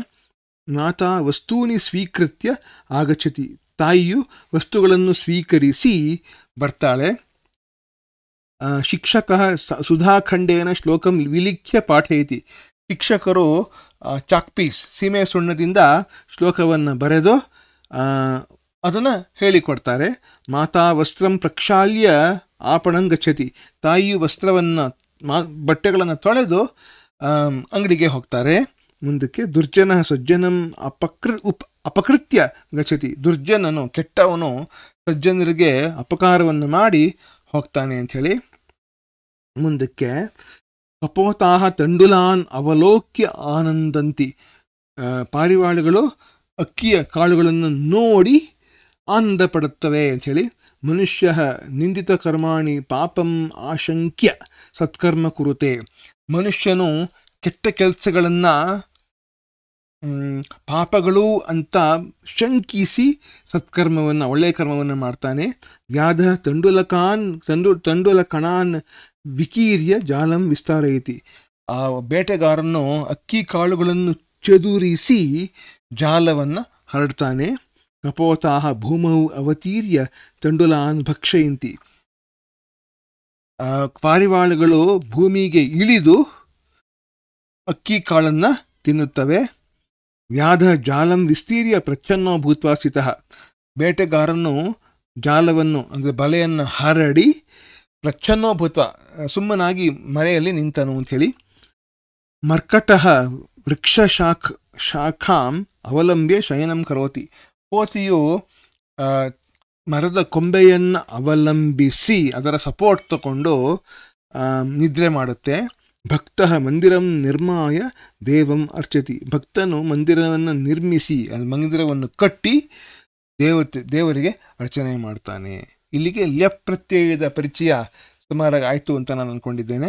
ಮುಂದಕ್ಕೆ ನಿಮ್ಮ ಪಾಠದಲ್ಲಿ ವಿಸರ್ಗ ಸಂಧಿ ಅನ್ನೋದರ ಬಗ್ಗೆ 4 ಅಂಶಗಳನ್ನು ಇಲ್ಲಿ ಹೇಳಿದ್ದಾರೆ. ಅವುಗಳನ್ನು ಒಂದೊಂದಾಗಿ ನಾವು ನೋಡೋಣ. ಮೊದಲಿಗೆ ಸಂಧಿ ಅಂತಂದರೆ ಏನು? 2 ಪದಗಳು ಒಟ್ಟಿಗೆ ಸೇರುವಂಥದ್ದು. ಈ ಕಡೆಯ ವರ್ಣಗಳು, ಈ ಮೊದಲನೇ ಪದದ ಕಡೆಯ ವರ್ಣ ಮತ್ತು 2ನೇ ಪದದ ಮೊದಲನೇ ವರ್ಣ ಸೇರುವಂಥ ಒಂದು ಪ್ರಕ್ರಿಯೆ ಯಾವುದಿದೆಯೋ ಅದಕ್ಕೆ ಸಂಧಿ ಅಂತ ಕರೀತಾರೆ. ಈ ಒಂದು ಅಧ್ಯಾಯದಲ್ಲಿರುವಂಥದ್ದು ವಿಸರ್ಗ ಸಂಧಿ ಆಗಿರೋದ್ರಿಂದ ವಿಸರ್ಗದ ಒಂದು ಇರುವಿಕೆ ಬಹಳ ಮುಖ್ಯವಾಗುತ್ತೆ. ಇದು ಮೊದಲನೇ ವಿಸರ್ಗ ಸಂಧಿಯ ನಿಯಮ ನಿಮ್ಮ ಈ ಒಂದು ಪಾಠದಲ್ಲಿ ಇರುವಂಥದ್ದು.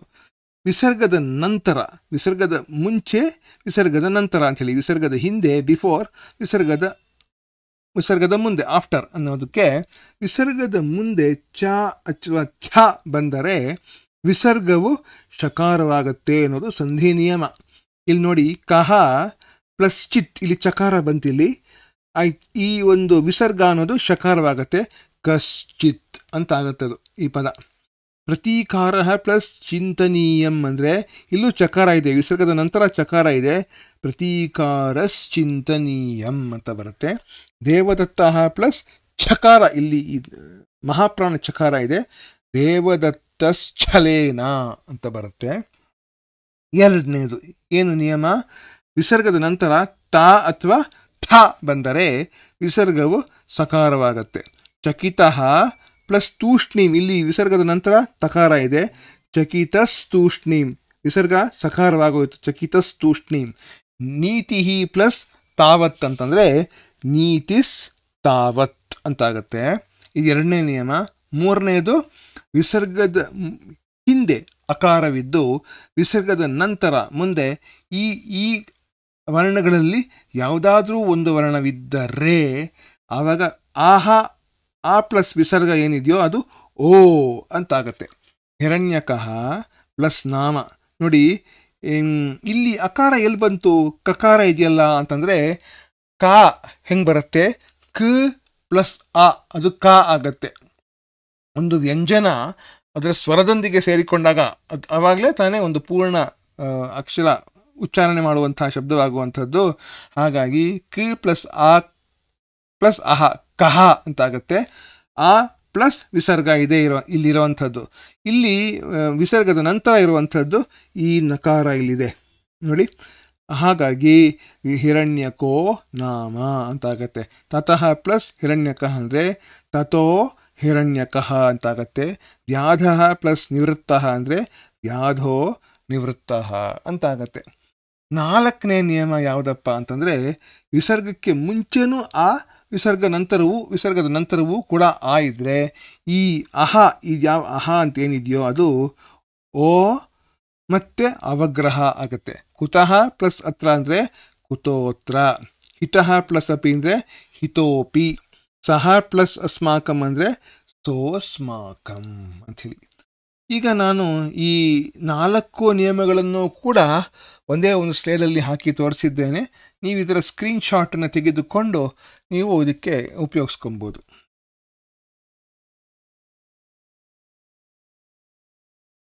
ಇನ್ನು ಕೆಲವು ವಿಶೇಷಗಳನ್ನು ನಾವು ನೋಡಬೇಕು ಈ ಒಂದು ಪಾಠದಲ್ಲಿ. ಈ ಒಂದು ಪಾಠ ಯಾವುದಿದೆಯೋ ಅದು ಹಿತೋಪದೇಶದ ಮಿತ್ರಲಾಭ ಪ್ರಕರಣದಿಂದ ತೆಗೆದುಕೊಳ್ಳಲಾಗಿದೆ. ಇದರ ರಚನಕಾರರು ಪಂಡಿತ ನಾರಾಯಣ ಶರ್ಮರು. ಈ ಪುಸ್ತಕವು ಮೌಲ್ಯಗಳು ಹಾಗೂ ನೀತಿಗಳ ಕಥೆಗಳು, ಸುಭಾಷಿತಗಳು ಹಾಗೂ ವಚನಗಳ ಸಂಗ್ರಹವಾಗಿದೆ. ಆದ್ದರಿಂದ ಈ ಗ್ರಂಥವನ್ನು ಸಂಸ್ಕೃತ ಸಾಹಿತ್ಯದಲ್ಲಿ ಬಹಳ ಆದರದಿಂದ ಗೌರವಿಸಲಾಗುತ್ತೆ. ಈ ಗ್ರಂಥದಲ್ಲಿ 4 ಪ್ರಕರಣಗಳಿವೆ. ಮಿತ್ರಲಾಭ, ಸುಹೃದ್ಭೇದ, ವಿಗ್ರಹ ಹಾಗೂ ಸಂಧಿ. ಇದರ ಅಧ್ಯಯನದಿಂದ ವಿದ್ಯಾರ್ಥಿಗಳಾದ ನೀವುಗಳು ನೀತಿ ವಿದ್ಯೆಯನ್ನು, ಸಂಸ್ಕೃತ ಭಾಷೆಯನ್ನು ಕಲಿತು ನಿಪುಣರಾಗಬಹುದು, ಅಂದರೆ ಪಂಡಿತರಾಗಬಹುದು ಅಂತ ಹೇಳ್ತಾರೆ. ನಿಮಗೆ ತಿಳಿದಿರುವ ಹಾಗೆ ಅಮರ ಚಿತ್ರಕಥಾ ಅನ್ನುವಂತಹ ಕಾಮಿಕ್ ಬುಕ್ ಸೀರೀಸು ಸರಣಿ ಇದೆ.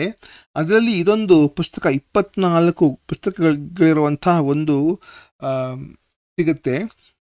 ಅದರಲ್ಲಿ ಹಿತೋಪದೇಶವೂ ಇದೆ. ಇದರಲ್ಲಿ ನೋಡಿ, ಹಿತೋಪದೇಶದ ಕಥೆಗಳು ಕೂಡ ಈ ಒಂದು 2ನೇ ಸರಣಿಯಲ್ಲಿ ನಾವು ನೋಡ್ಬೋದು. ಇಲ್ಲಿ ಮೊದಲಿಗೆ ಜಾತಕದ ಕಥೆಗಳು. ಜಾತಕ ಅಂತಂದರೆ ಗೌತಮ ಬುದ್ಧ, ಸಿದ್ಧಾರ್ಥ ಗೌತಮ ಬುದ್ಧ ತನ್ನ ಹಿಂದಿನ ಜನ್ಮಗಳಲ್ಲಿ ಬೋಧಿಸತ್ವ ಎಂಬ ಅವತಾರಗಳನ್ನು ಪಡೆದಾಗ ಆ ಬೋಧಿಸತ್ವ ನಡೆದಂತಹ ಮಹಿಮಾನ್ವಿತ ಕಥೆಗಳು, ಅತ್ಯಂತ ಅದ್ಭುತವಾದ, ನಮಗೆ ಅತ್ಯಂತ ನೀತಿ ಪಾಠವನ್ನು ತಿಳಿಸಿಕೊಡುವಂತಹ ಕಥೆಗಳು ಬೇಕಾದಷ್ಟಿದೆ. ಅವುಗಳ ಸಂಗ್ರಹ ಈ ಒಂದು ಪುಸ್ತಕದಲ್ಲಿದೆ.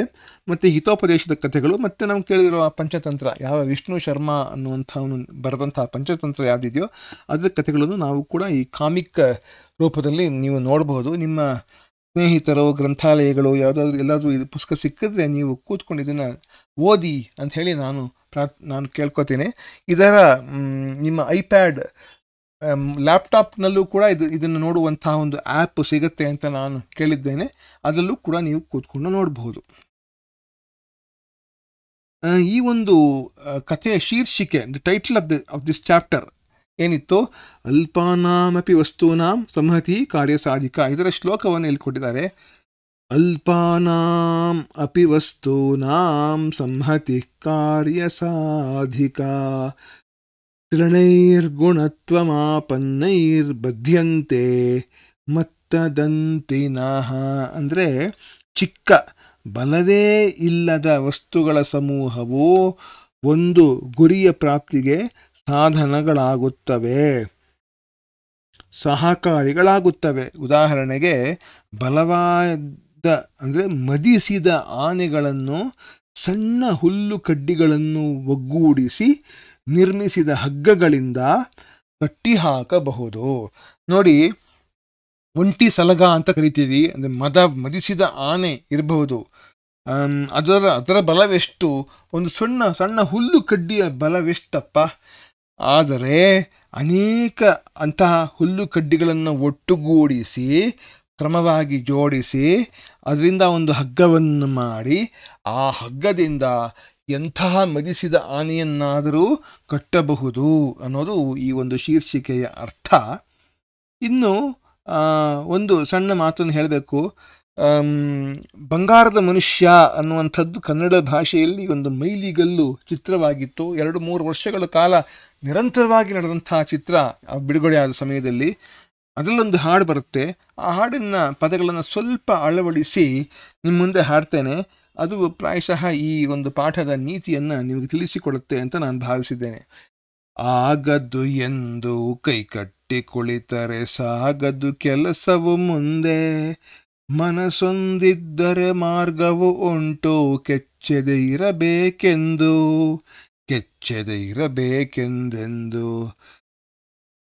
ಮನವೊಂದಾಗಿಸಿ ಕೈ ಜೋಡಿಸಿ ಯತ್ನ ಮಾಡಿ ನೀವೆಲ್ಲ, ಪ್ರಯತ್ನವ ಮಾಡಿರಿ ನೀವು. ಎಷ್ಟೇ ಚಿಕ್ಕವರಾದರೂ ನೀವು ಒಗ್ಗಟ್ಟನ್ನು ಬಿಡಬೇಡಿ, ಧಾವಿಸಿ ಲಕ್ಷ್ಯದ ಕಡೆಗೆ. ಆಗದು ಎಂದು ಕೈಕಟ್ಟಿ ಕುಳಿತರೆ ಸಾಗದು ಕೆಲಸವು ಮುಂದೆ. ಇಲ್ಲಿಗೆ ಈ ವಿಡಿಯೋವನ್ನು ಮುಗಿಸುವ ಸಮಯ ಬಂತು. ನೋಡಿದ್ದಕ್ಕೆ ನಿಮಗೆಲ್ಲರಿಗೂ ಧನ್ಯವಾದಗಳು. ಲೈಕ್ ಮಾಡಿ, ಸಬ್ಸ್ಕ್ರೈಬ್ ಮಾಡಿ, ಶೇರ್ ಮಾಡಿ. ಮುಂದಿನ ವಿಡಿಯೋಲಿ ಇದರ ಅಭ್ಯಾಸ ಭಾಗವನ್ನು ನಾವು ನೋಡೋಣ. ಯೂಟ್ಯೂಬ್ ಅಮರ ಭಾರತ. ಶುಭಂ ಭೂಯಾತ್, ಮಂಗಳಮಸ್ತು, ವಂದೇ ಮಾತರಂ. ಸರ್ವಂ ಶ್ರೀ ಕೃಷ್ಣಾರ್ಪಣಮಸ್ತು.